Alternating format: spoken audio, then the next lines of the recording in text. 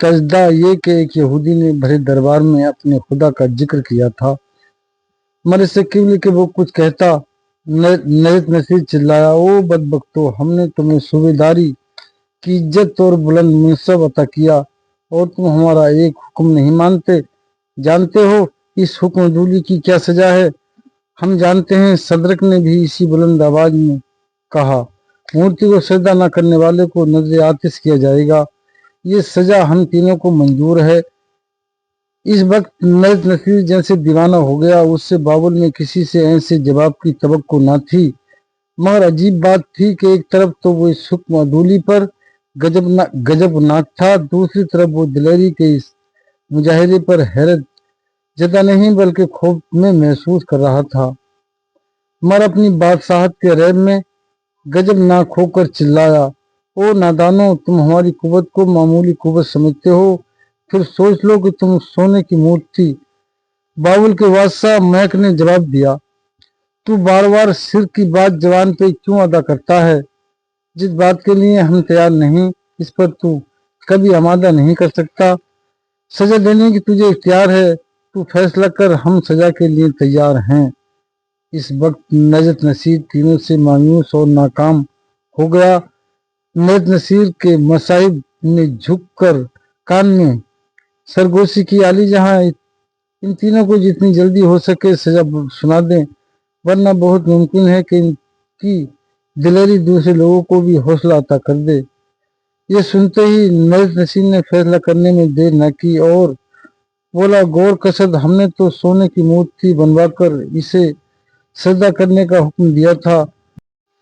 बोला, गौर कसद, हमने सोने की मूर्ति बनवाकर इसे सजदा करने का हुक्म दिया था। तुम सबने देखा बाबुल के तमाम सूबों में ये तीन बदबख्त ऐसे हैं जो माँ बदल हुक्म दूल्हे के मुरातिब हुए और इन्होंने मुकद्दस मूर्ति को सजदा करने से इनकार कर दिया। लिहाजा हमारे कानून के मुताबिक इन तीनों की सजा यही है कि इन्हें नजर आतिश किया जाए।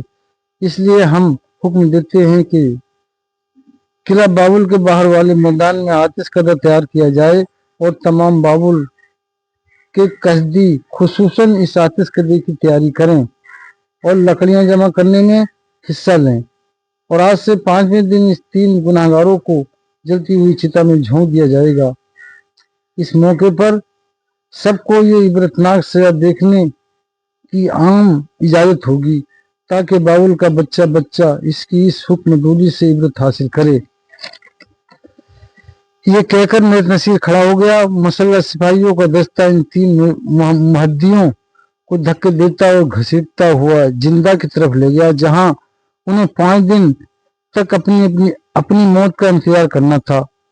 और इस दिन मुनादिया शहर शहर फिरकर मुनादी करने लगे। इधर ये सब कुछ हो रहा था, उधर हजरत दानियाल अपने हुजरे के बाहर मोहब इबादत थे। जिस दिन से हमतल ने इस हुजरे में कदम रखा था, हजरत दानियाल ने अपना हुजरा छोड़ दिया था और अब सब रोज इस हुजरे के बाहर मसरूफ इबादत थे और हमतल दुनिया की नजरों से पोशीदा हुजरे में रोज की तस्बीह करती रहती। इसी वक्त भी हजरत दानियाल तस्बीह कर रहे थे कि खुदा बंदा आलम ने उन्हें खबर दी कि इन तीनों साथियों का ये आखिरी आजमाइश है, फिर कुफ्र की ताकत उन्हें तंग न करेगी। हजरत दानियाल ने ये सब महसूस किया और इन तीनों मुहद्दियों के लिए साबित कदम रहने की दुआ करने लगे।